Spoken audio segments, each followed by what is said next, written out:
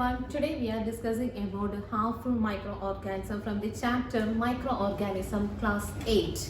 The microorganisms are harmful in many ways. The today's or present scenario, you are very well aware about the harmful microorganism.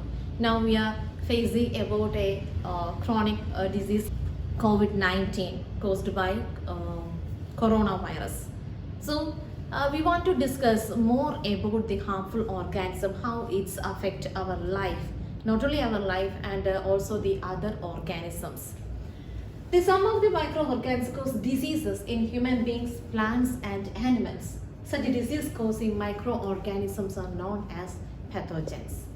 Pathogens enter our body through air, water we drink or food we eat. They also get transmitted by direct contact with an infected person or carried through an animal.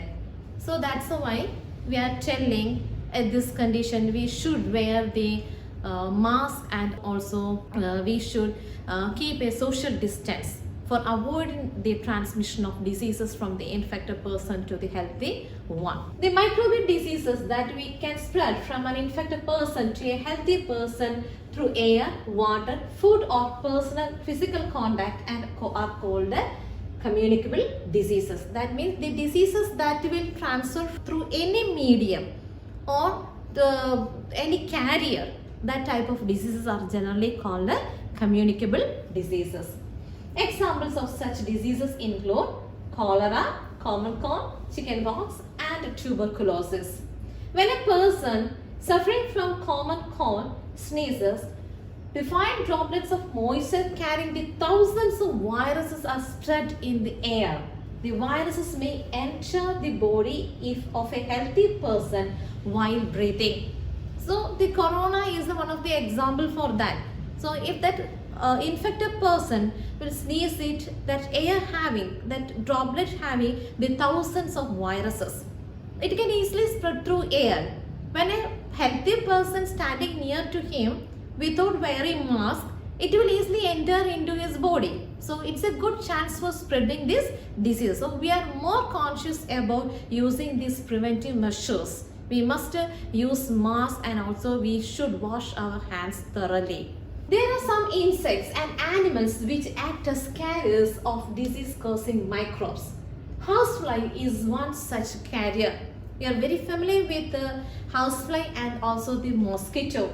And housefly, how it transmits these diseases, these communicable diseases. The flies sit on the garbage and animal excreta. The pathogens stick on their bodies.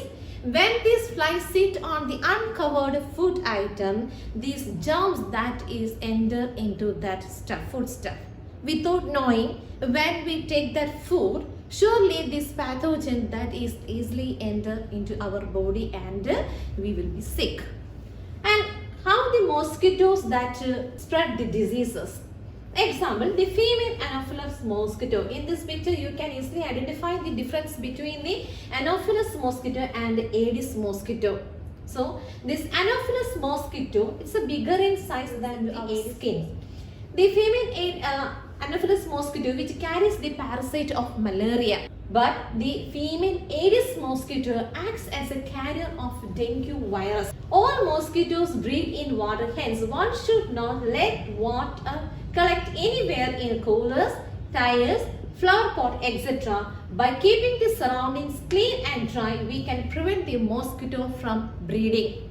So you know that the female mosquito that always cause diseases. That means they need some human blood for their egg development. You know that how the harmful microorganisms affect us or other organisms. So, but some of the organisms are very beneficial to us. You know that the nitrogen is one of the important element that is very necessary for life of all organisms. But this nitrogen that is present in the atmosphere, how we get this nitrogen from the atmosphere? This nitrogen that is present in our protein, DNA and different types of biomolecules. But through the respiration, we cannot absorb this gaseous nitrogen from the atmosphere. And except a few organisms, none of the other organisms also cannot absorb this nitrogen from the air. So here you can see the nitrogen, the diagram of the nitrogen cycle. So what you meant by a cyclic process, from where it starts, at the same point it will stop. So here you can see the atmospheric nitrogen. So the two ways here, they only mention about the two ways. One is physical way and the other one is biological way for fixing nitrogen. So in the physical way, the nitrogen fixes the nitrogen and it is converted into the nitrates and nitrates along with the rainwater that will reach to the soil. In the case of biological way, the nitrogen fixing bacteria and the blue-green algae fix atmospheric nitrogen. You are very familiar with the rhizobium bacteria that is present in the roots of the leguminous plants. And the blue-green algae, it's a primitive bacteria. It also helps for photosynthesis.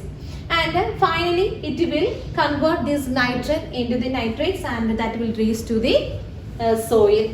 And from there, once it reaches to the soil in a useful form, the plants can easily uptake these nitrogen compounds from the soil for their growth, for their metabolic process. And through the food chain, it is easily transferred to the next level of organisms.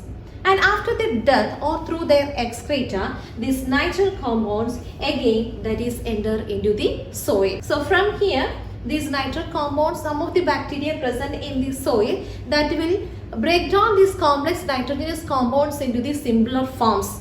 Then the plants again use these nitrogen compounds for their growth. At the same time, now the cycle is not completed, and how these fixed nitrogen that will reach to the atmosphere. There is some other bacteria that will help for changing this nitrogenous compound into the free nitrogen, that is the denitrifying bacteria. The denitrifying bacteria helps to convert or break down these complex nitrogenous compounds into the free nitrogen, and finally this nitrogen that will reach to the atmosphere, and through this cyclic process the atmosphere can always maintain a constant amount of nitrogen.